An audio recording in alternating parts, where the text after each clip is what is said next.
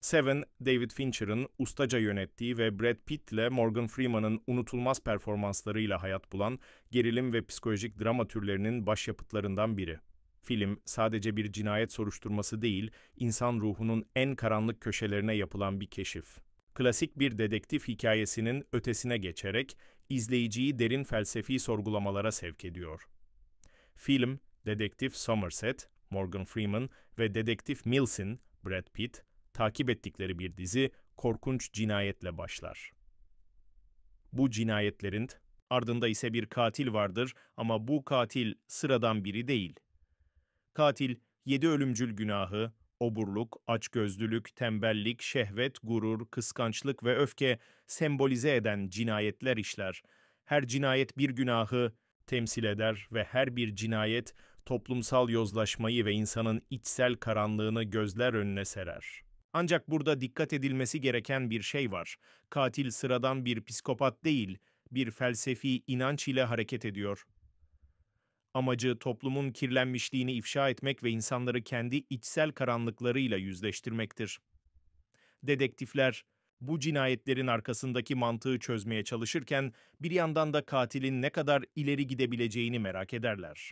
Cinayetlerin her biri sadece bir suç değil, aynı zamanda toplumsal bir mesaj taşır. Seven sadece bir katilin peşinden gitme hikayesi değildir. Her bir cinayet izleyiciyi derin bir psikolojik yolculuğa çıkarır. İzlerken cinayetlerin neredeyse her biri insanın açgözlülüğü, öfkesi, günahları ve içsel boşlukları ile ilişkilendirilir.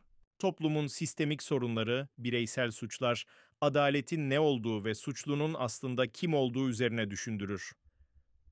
Film boyunca Somerset'in derin içsel çatışması, bir yandan tüm bu karanlıkla yüzleşmeye çalışan yaşlı bir dedektif olarak filmi izleyenlere sunar.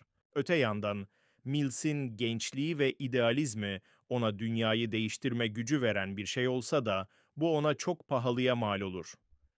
İki dedektif arasındaki fark sadece yaş veya deneyim farkından değil, aynı zamanda insanların karanlıkla yüzleşme şekilleriyle ilgilidir. Mills, idealist bir bakış açısına sahipken, Somerset tüm bu çürümüşlüğü gördüğü için daha temkinlidir. Her iki karakterin bu yolculukları, Seven'i sadece bir suç filmi değil, aynı zamanda bir felsefi ve psikolojik incelemeye dönüştürür. Ancak film sadece bir suç çözme hikayesinin ötesinde insanın ruhsal çöküşünü ve toplumsal adaletsizlikleri sorgulayan bir yapımdır. Katilin cinayetlerinin ardında ahlaki bir amacının olduğunu görmek, izleyiciyi sürekli olarak "doğru olan nedir?" sorusuyla baş başa bırakır. Her bir günahın işleniş şekli, insan doğasının ne kadar çürümüş olabileceğini gözler önüne serer. Final ise izleyiciyi büyük bir ahlaki ve psikolojik ikilem içinde bırakır. Seven'in sonu, bir film olmanın çok ötesine geçerek izleyiciye hayatta kalmayı, adaletin ne olduğunu, insanın içsel karanlıklarının ne kadar derin olduğunu sorgulatır. Filmdeki 7 günahın işleniş biçimi birer suç olmanın ötesinde toplumun kalbinde atmakta olan yara gibi görünür. Seven, sadece bir katilin peşinden gitmekle kalmaz, aynı zamanda o katilin zihnine, onun içsel dünyasına dair bir yolculuğa çıkar. Her bir cinayet bir toplumsal eleştiri olarak karşımıza çıkar. Bu günahlar sadece insanların bireysel çöküşlerini değil, aynı zamanda kolektif olarak bir toplumun ne kadar yozlaşabileceğini de anlatır.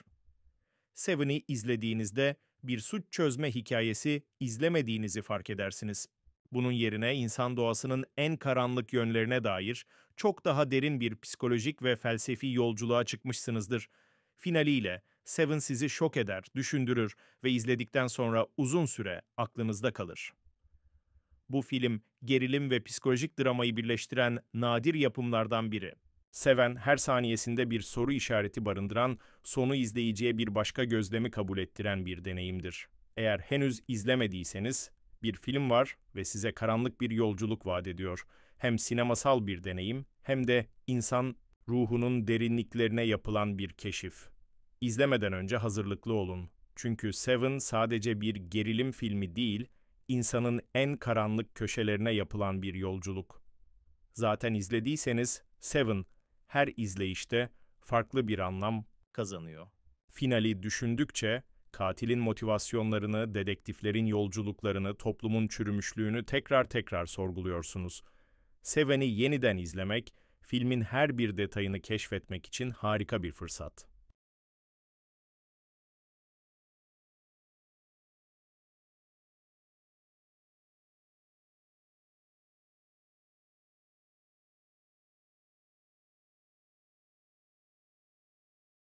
Zihninin gölgeleri seni buraya kadar getirdiyse bir nedeni vardır. Beğenmeyi, abone olmayı ve bu karanlık yolculuğu sürdürmek için bildirimleri açmayı unutma. Bir sonraki film analizimizde ne görmek istersin? Fikrini yorumlara bırak. Belki de sıradaki yolculuk senin seçimin olur.